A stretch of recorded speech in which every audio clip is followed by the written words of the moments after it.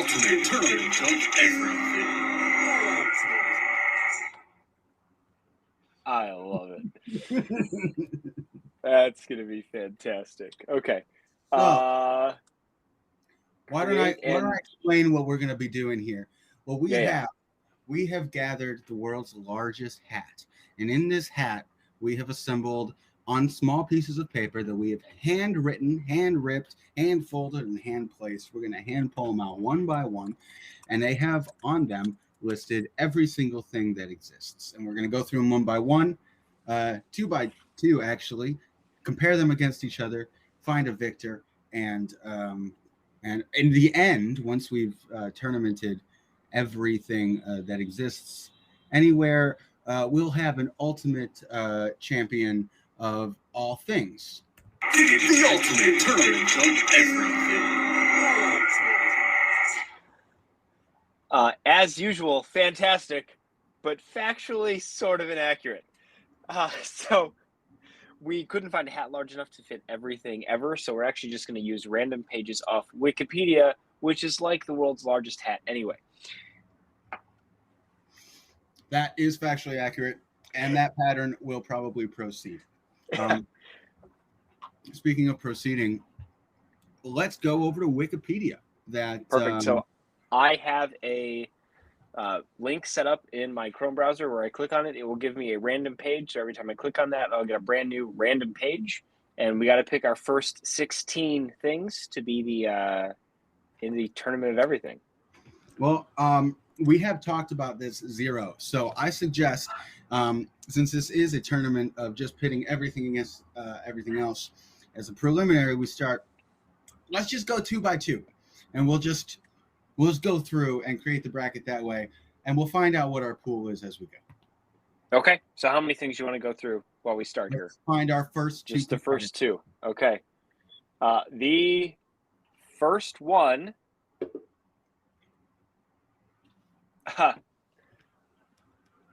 I'm going to pronounce some of these wrong because they're in Latin.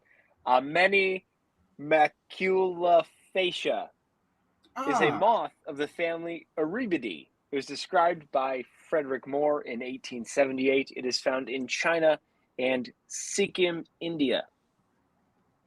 Why don't you send me that link so I can take a look at this with you? I will.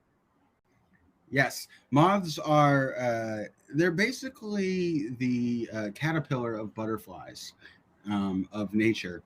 I like to think of them though above butterfly. I like to think of them as nature's butterfly. And that's how I like to live my life. But moths are basically just like night butterflies, right? Isn't that how it is? Yes, the queen has visited each one of them and bestowed upon them duties and rights, therefore. Okay. The queen. Okay, item number 2. This is going to be a tough one. Athletics at the 1992 Summer Olympics, specifically the men's pole vault. Okay. This is I didn't think that we would have 2 top seeds coming at each other in the very first competition, but here we are. Yeah, we got a very specific moth, and we got an event that everyone knows at an Olympics that probably most people don't remember. Now, how would this moth have fared in the Olympics? In this event specifically, probably couldn't use a pole, but probably could clear a pole higher than anyone who could. But would also probably be crushed by the metal. So it's kind of a toss-up. This is true. I've heard mosquitoes can only fly about 6 feet up. What's the record for a moth? And what's the world record for pole vaulting? Oh, we should find that out. But we're not interested in the world record. We're interested in this specific event at the 1992 Summer Olympics. Which the results in the final, Maxim Tarasov from the unified team with a height of 5.8 not as free units, which in freedom feet is probably something else. Now, that was the Olympics that took place in Atlanta. Is that correct? No, that was the 1996 Olympics. 1992 took place in Barcelona. Oh, see, that's a great place to have an Olympics. Mm-hmm. Actually, a little bit of maybe sort of unified history. So the last Olympics we had, Russia didn't have a specific team. They had the Russian Olympic Committee or whatever it was. And in this Olympics in 1992, there was a joint team consisting of 12 of the 15 former Soviet Union republics that chose to compete together. It's interesting because I thought the joint team was usually from Jamaica.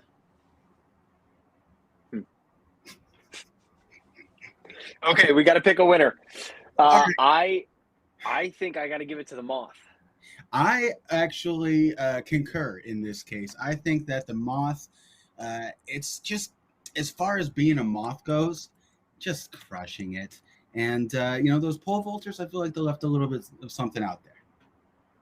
There we go. The moth is the winner. I'm realizing as I make this in Google Docs that it's going to be much better in a Google Sheets presentation, so I can actually do the whole, here's a bracket over, there's a bracket. Well, we're creating that, and I'm sure that your, unbusy lifestyle will allow you plenty of time to take care of that in the next week. Ha ha ha ha ha ha! You're very funny. Hey, I got one more for you though. I told you there'd be surprises. Oh wait, more surprises? Yeah, wait. There's one more surprise. It's just going to take a second. See, these are the wonderful technical difficulties that you experience when you do no preparation. And you just so normally in a podcast, it's not quite live, so we don't have these problems. But we're doing it live. Yes, it would be much more difficult were we dead, and I'm sure that the rate of the retort will decrease. But in the meantime, I got right here one more thing, and it goes a little something like this for the occasion of the time. It's time for round two. Nice. I am looking forward to 30 more of those. I'm going to have one for all of them, but I'm going to have to make these next ones kind of retroactively. But that means I'll get to play them all at once, and it's going to sound like a cacophony of cacophonies. Cacophonies of cacophonies. Okay, round two. Round two. We have Zain Yar Jung, who was an architect who served as the chief architect of the Hyderabad state. I see. Let me put him into our bracket here. And will you guys send me that name because I forgot how to spell that one. You got it. You know what? I will share this sheet with you so you can see it as we're making it here. Or you could share your screen and I could just look at it too. Ooh. Let me hit you up in a messenger thing here on the other space machine. Not the iPad space machine, but the computer space machine. Speaking of, how long do you really think it'll be until the computers do, in fact, take over? How many years do you give us? Ooh, till we are owned by the robot formerly known as Elon Musk. I think we got a good 30 or 40 years. Would you be that surprised to find out that he was a robot? No, and Mark Zuckerberg is totally a lizard person, and if he happens to own the podcast that we're using, whoa, hang on. Oh my God, did he get you? If he happens to own the podcast app we're using, then he is not a lizard person, and definitely just a normal human being. See, I think they're probably just weirdos. It's gonna be just like some dude, I'm feeling like. Just living in Cleveland, who one day rips off his face, revealing some sort of lizard-like creature, and then they just wreak havoc. Havoc will be wreaked. Indeed. Chrome tab. Here we go. Okay, can you see my screen? I just see imaging. Yes, I can see your screen. There we go. Okay, our second entry is going to be. Here's another one. Torratella dirkhardogensis. Dirkhardogensis is a species of sea snail, a marine gastropod mollusk in the family Turtilidae. Of course. Yes, I'm very familiar with both of these, and I'm feeling almost like I should. I'm almost too close to both of these. Should I excuse? No, no, I won't recuse myself. I'll just try and stay neutral here. That's good. So we have an architect, a deceased architect, died in 1961. Mm-hmm. Good Oh, year. maybe not. Associated with construction of Osman Sagar. It's a Badshahi Mosque, or the Badshahi Mosque. Different thing. Someone who's a fan of him is going to be so upset that I'm mutilating his history in the first 3 minutes about reading about him. I'm sorry, fans of him. I want to say I just looked him up. Looks like an awesome dude. I don't know anything about him or what he did, but he's got it. I mean, it's a sea snail, which sea snails are cool. But I think I gotta give it to Zain here. Well, I was referring to Zain. I think that Zain has that. You just look at him and you're like, I want to live in the building that guy architect did. Now, for our younger listeners, not the guy from One Direction, different Zain, different guy. I heard he left One Direction. Well, he went another direction. He went in another direction. There are two directions. Yeah. It's a terrible joke when you or I say it. Oh, okay. Wait a second. Overtime, though. Look how sharp those little fossils are, and they're ancient. The pictures of Zain, he's like I say, he's got it. He looks old, but these things are like really old. They're one of the most abundant gastropod groups, the Turritellid. Did you know that's a fact? Well, I see you editing the Wikipedia page now, but I don't know if that counts. I'm not. Oh, well. Now, all right. Medium sea-size snail with an operculum. So it does have that going for them. Or my main man, Zain, who was the director of endowments. I'm sticking with Zain on this one. I think I got to give it to him. I'm going with Zain. My main man, Zain.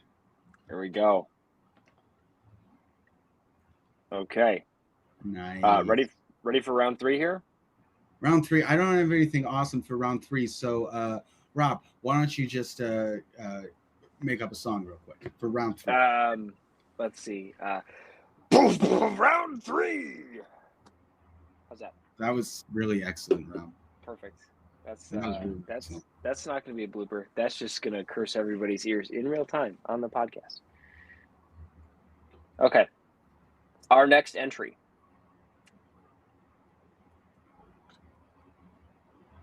Neith, wife of Pepi II. Yeah. Ancient Egyptian queen consort, one of the principal queens of Old Kingdom Pharaoh Pepi II. Wow. Yeah. So I'll add her to the bracket here. Must have been some lady. And then our next contestant is going to be the Entertainer, the Bell Stars song. 1983 song by English pop / new wave band The Bell Stars. There's even a music video. Oh, the Entertainer, Bell Stars. All right. Well, I don't think that we can play it, but we can definitely check out the lyrics. So not without some copyright issues. Let's see if we can find it. I'm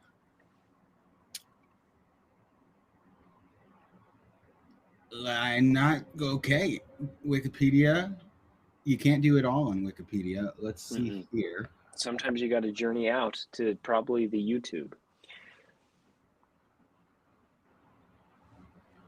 Lyrics not available.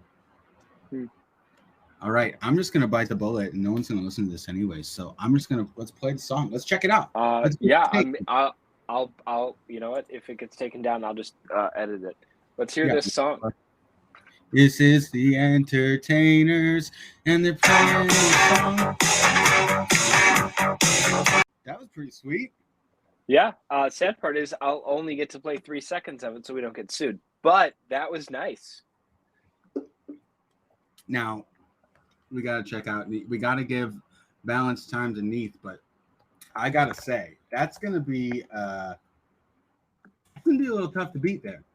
That's going to be a close one. I did not expect that to be as good as it was. Wife of who? Neath? Okay, Neath. Pepe. Yeah. So interesting fact about that. Neath was the queen consort, one of the principal queens of Pharaoh Pepi II. Now, she was apparently the aunt and cousin of Pepi II, while also being his wife. So it's a lot going on in ancient Egypt there. Indeed. Yeah. Well, it was different times, different strokes, different folks, and if I have not different folks, same folks. Yeah. I guess that's true. I guess Yeah. That's kind of the point here. But if I've learned anything from late night television, it's that ancient, Egyptian royalty, they had like magic, special alien stuff, right? Like, yeah, Brendan Fraser taught us that. Yeah. So. Yeah, and some of the worst CGI you've ever seen. Oh man. Let's see.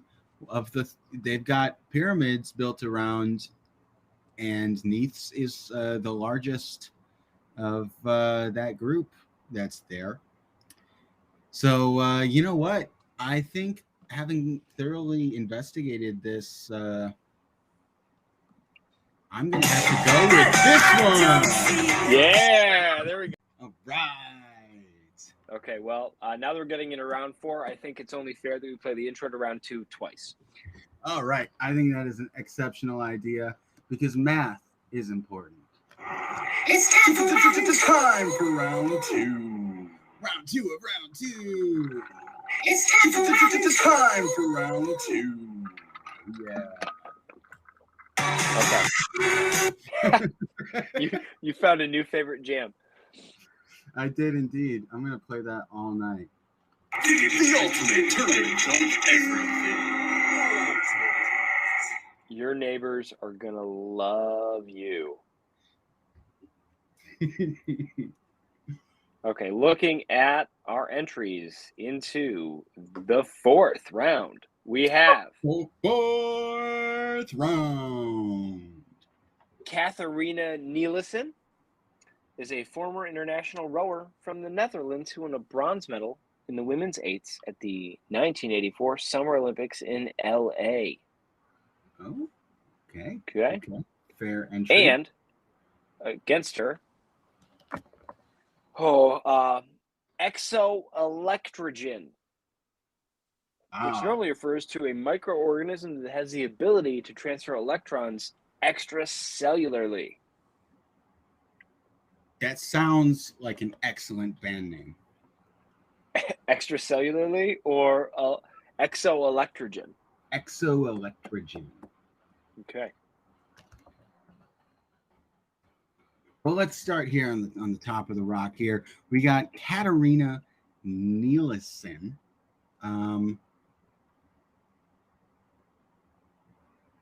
Let's see here. Not a whole lot showing up.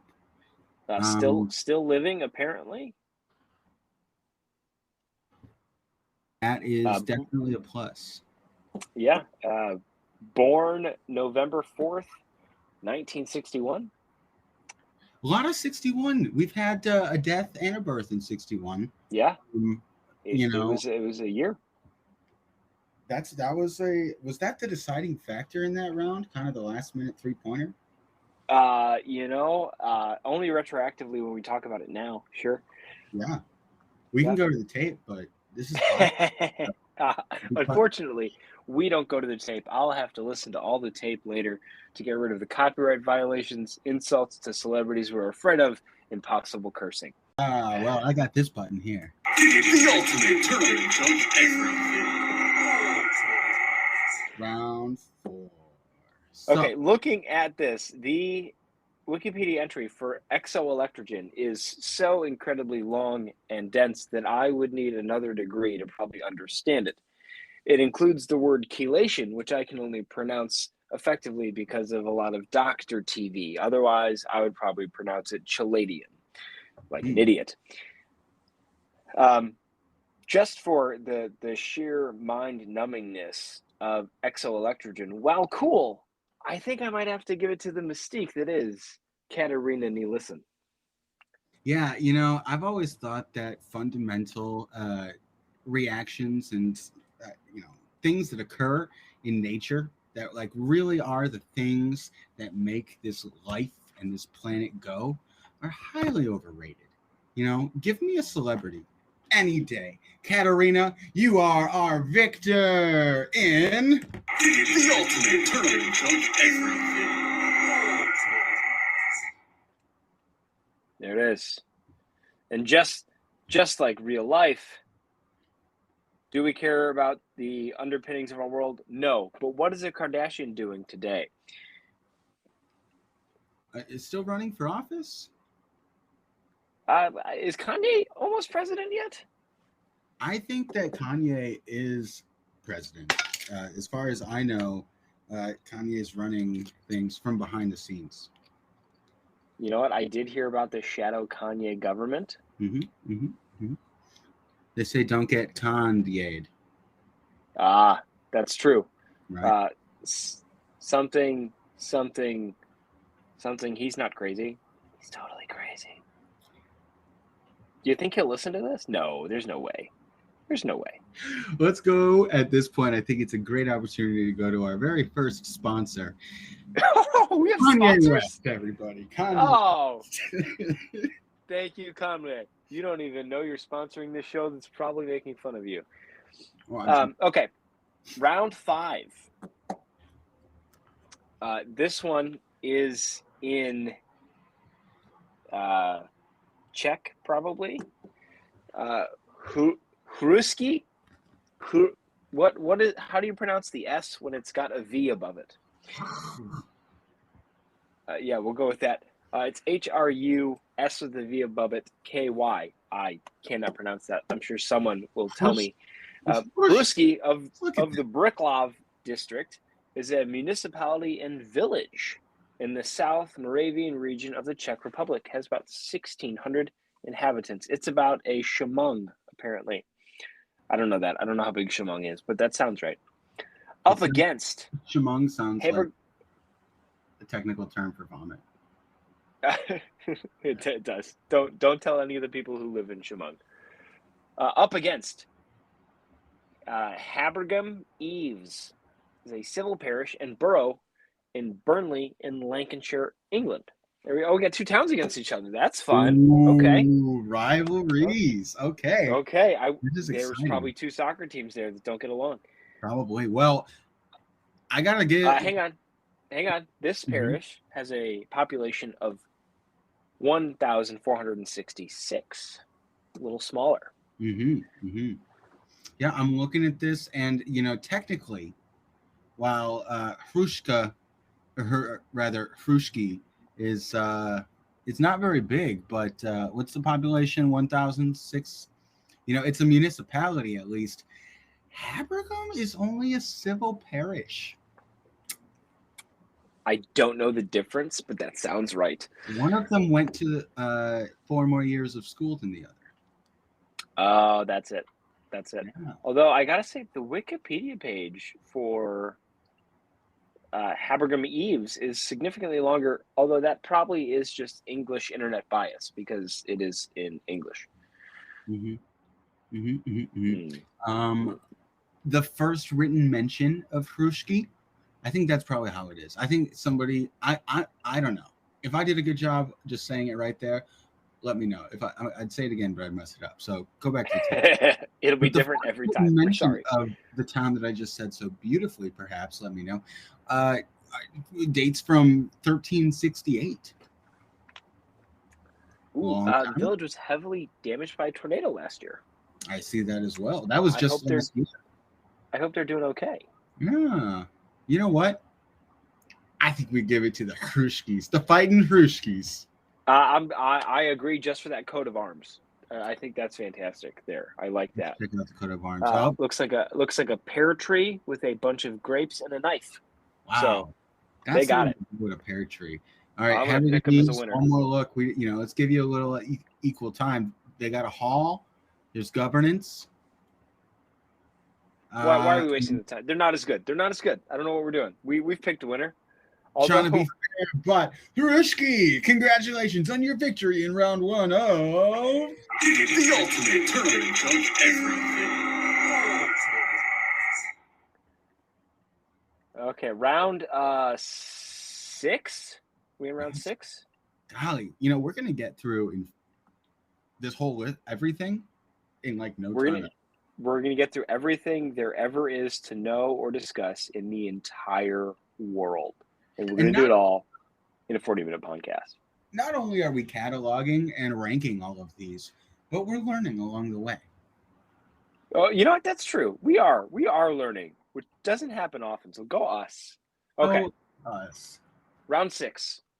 Robert Huntington.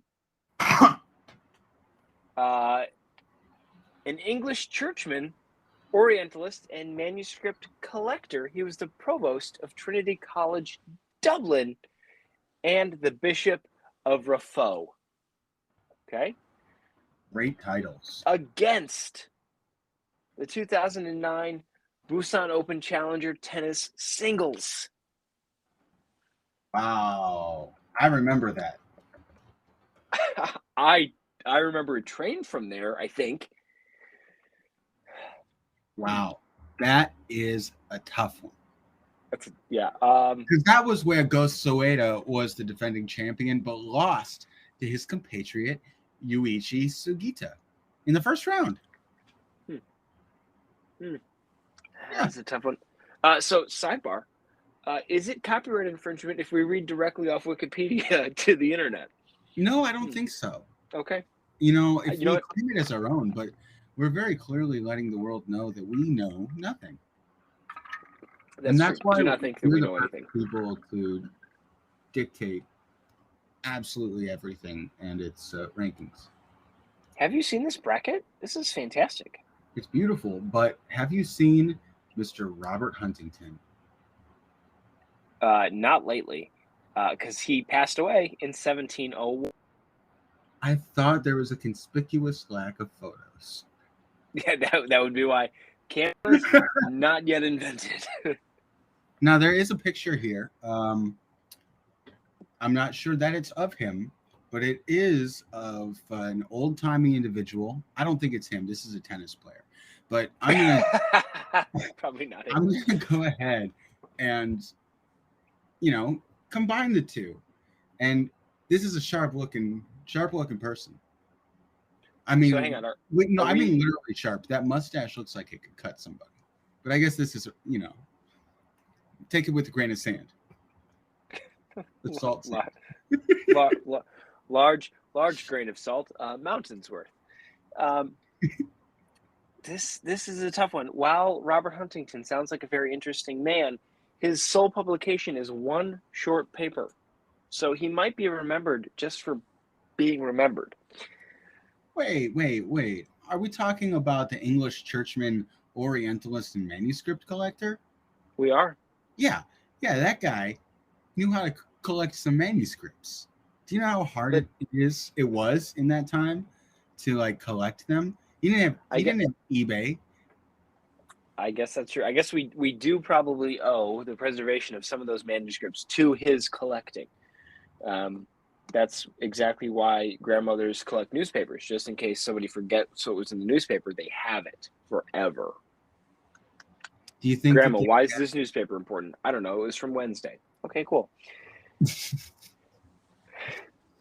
Do you think that they had Family Circus in their newspapers back then?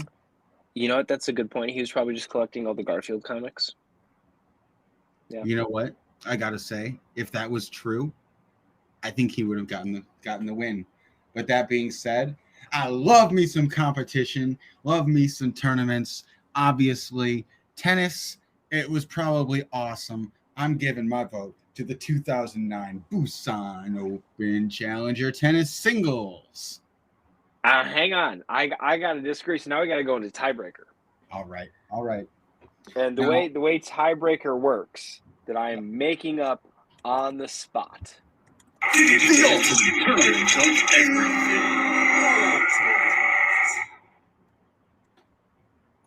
Okay, here's how it works. Me and you are each going to pick a number between 1 and 1,000.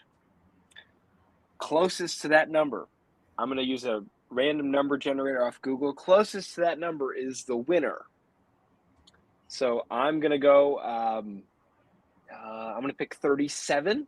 So now you can pick whatever you want. What do you think? Between 1 and 1,000? 1 and 1,000.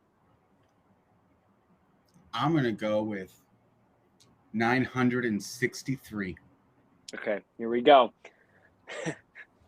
The number is 804. Tennis moves on.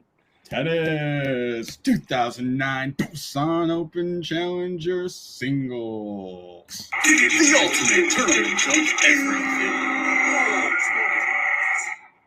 It's a good thing we weren't playing by Price is Right rules. Otherwise, I would be the winner. And I could probably cheat by just picking $1. Well, and frankly, it's a good thing you can do math. No, numbers hard. All right. Oh, you are going to like round 7. Round 7, bring it on. Who do we got? You are going to very much enjoy round 7. Arena for round 7. Okay, we have Mary Butcher, born Mary Marsh, October 12th, 1927, passed away in October 2018. An American baseball player who is a pitcher in the All-American Girls Professional Baseball League. Whoa. Against the Fullbridge program, which is a learning curriculum held by educational technology company Fullbridge, which teaches basic business techniques. Okay. Awesome. She was I gotta say, women's baseball is having kind of a moment right now. Indiana, Kenosha, Chicago. Holy this is interesting. Most of her time spent in the league involved her pitching batting practice, not games. Interesting. Yeah. Only, she looks like in 1946, she joined the Grand Rapids Chicks. God, we were sexist in the 40s. But she continued pitching batting practice and played only one game, then decided to quit. Huh. Well, she's no stranger to competition. Let's see who she'll be facing in the ultimate tournament of everything. Okay, the Fullbridge program. The Fullbridge program. Oh, man. What's that? Looks like a business school, effectively founded in 2009. Received $5.5 million in funding from GSV Capital Corporation, Tomorrow Ventures, and Harris Preston. Not Harris Preston. It looks like a way to just increase people's business knowledge and basic business techniques. I gotta say, that's probably really helpful for the people that need it. But is that as fun or as interesting as Mary Butcher? And I don't think it is. I don't think it is. And you know what? I don't think that it even requires much more deliberation. I'm going to put my vote on Mary Butcher. I agree. She moves on. Mary Butcher, you have moved on to the next round in the ultimate tournament of everything. Round 8. Round 8. Here we go. Let's see what we have. Ballet, versus Shanley Johnston. Did you say ballet? No, Baulay. I'm probably pronouncing that horribly. Baulay. Baulay. Oh. Yeah. You mean the well-known Versus, commune in France, of course. Oh, of course. Yeah. The commune in France. Everyone knows that. So it's probably pronounced like Bae. Knew about some something. communes. And then Shanley Johnston, born February 5th, 1990, field hockey player from Canada. Field hockey. Okay, field hockey's a great game. But I gotta say, if you're born in Canada, how many months of the year do you have fields? Why aren't you playing regular hockey? That is interesting. I mean, you would think that it would almost be easier to just go out and play hockey. Now, I will say that's probably upsetting all my Canadian friends because, yes, I know Canada is not covered in snow and ice all year. I understand. But in my mental picture, you guys have like one sunny day a year and it's in July and then it's freezing. And if that's wrong, please don't tell me. Although I guess Vancouver's like Seattle.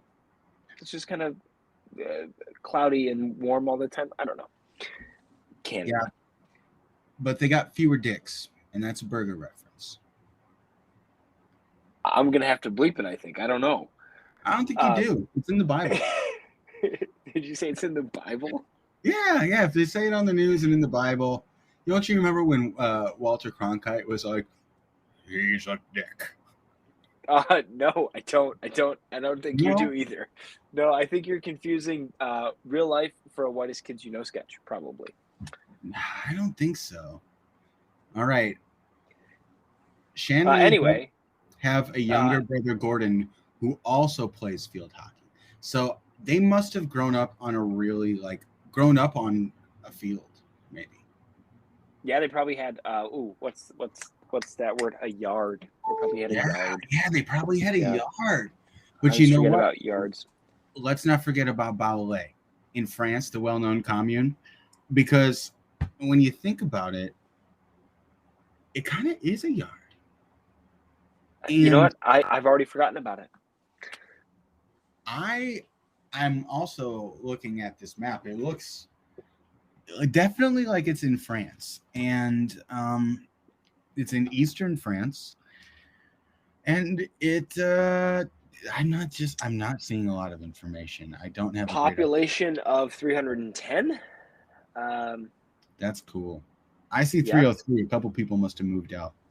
Postal code 70160. So if you want to mail anything to Ballet, that place, 70160. I don't know what happens if you just mail a letter to a town and not a person in the town. They have to have like a mayor, right? I don't know. I'm kind of dreaming of Ballet. I'm thinking about a French escape in a little town with only 300 people. Maybe a yard. Who knows? I could learn how to play hockey. Field hockey or regular hockey?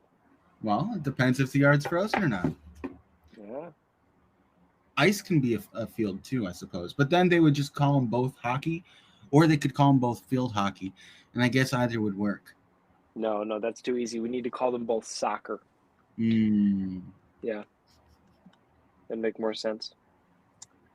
Yeah. Ooh.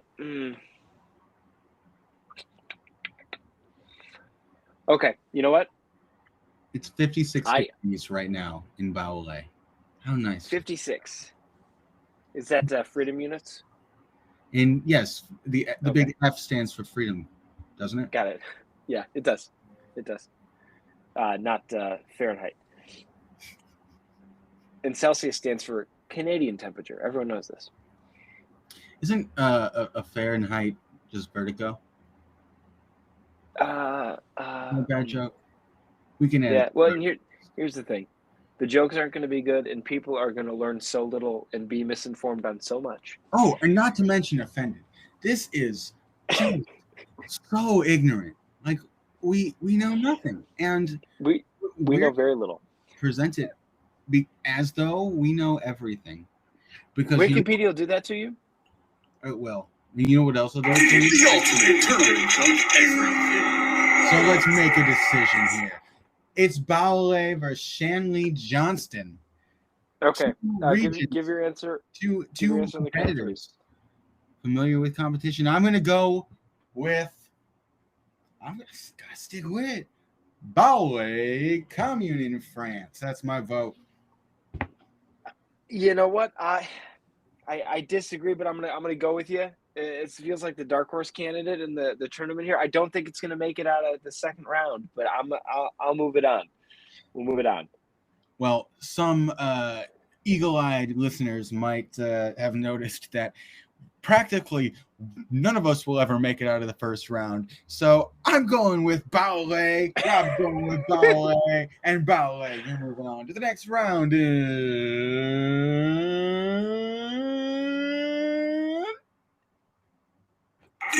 ultimate tournament of everything.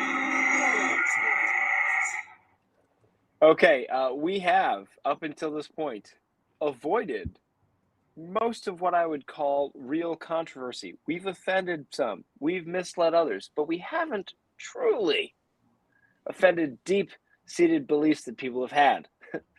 That changes in this next round, and I'm sorry ahead of time. Is this round 8? This is round 9, and I think this is going to be our final round for episode 1 because we are approaching the 45-minute mark. We've talked for so long about so little. Yes. Okay, in round 9, we have Israel Christian, which is an 18th century American pioneer, militia officer, politician, and businessman, one of the earliest landowners in Kentucky, against Healesville Freeway, a proposed freeway in the eastern initially proposed in 1969 to run between Riversdale Road and Box Hill South, intersecting Springville Road, and then to Maroondah Highway in Coldstream. Oh, now, that's the only reason. That Maroondah Highway is a good trip. Yeah. Anytime we talk about Kentucky or the roads, someone will be upset. Well, we're talking about neither, my friend, because we are talking about Australia, and we're talking about a path, which is just an aid in a journey, which in this case, that journey is pretty much getting from, Coldstream to Box Hill South, apparently. There we go. Now, I will say, looking at the Wikipedia entry for Israel Christian, yes, I do have a flag on the top of that page that this article is factually disputed. The accuracy is factually disputed. So, what we're reading to you might be wrong, but that's really been wrong the entire time. Okay, so Israel was born in Ireland, and this is all going to get very confusing. Because then he came over, and I gotta say though, officer in the Virginia militia, he was a captain. He was attacked by the French in the Shawnee. But were any of those guys good dudes? See, here's the thing. Anybody from the past was not 100% a good dude just from when they were born, right? We kind of know this. Looking at it, he served as a justice for the First County Court held in Augusta. 2 years later, he donated 40 acres of land to the justices for the use in the county. That's kind of a nice thing. He died at his estate in Dunkard's Bottom, which is just a funny word. That is a great place to die. If you're gonna die in Dunkard's Bottom. I always say that. Yeah, that's something I've definitely heard you say before. I have that Not mug. just this first time. There's some fun names on here. Yeah. Tinker Creek, that one's kind of fun. Mm-hmm. Served on the 12-man war council after Augusta was attacked by French in Shawnee in 1756. Okay. But now, we can't give him all the time though. No, let's not forget about the Healesville Freeway, because I mean, this is not just any freeway. You know what? And let it be said, that no freeway is free, but you get what you pay for. And it was originally designated in the 1969 Melbourne Transportation Plan, you know, and that's a fact. Now, in 2011, Vic Roads deemed the freeway reservation between Springvale Road and Forest Hill and Baronia Road in Vermont to be no longer necessary for road building purposes. So we have a road that was not necessary for road building purposes. Ooh, I think that's not. I'm looking at this pictures here. Parts of it are abandoned. Oh yeah, we got abandoned highway. I think we got a lead candidate for the night. It's just I'm gonna stamp my my vote of I think this one gets, if I could throw down two points, I would, but I only got one in this round, and I am handing it to the Healesville Freeway. You know what? I'm gonna have to agree with you just because of the disputed accuracy of the article on Israel Christian. I think we have to give it to the freeway. Yeah, I mean, the freeway cares, and the freeway is going to be responsible with the information that it puts out about itself, which is minimal, but it's accurate. Did you just say the freeway cares? The unfinished freeway cares more than you know. And I hope that you, and I hope that all of you sleep well tonight, knowing that the Healesville Freeway is partially out there caring for you. Well, on that note, we can safely say that people may have been entertained. They definitely learned something, and they probably have so many questions now. So you're welcome.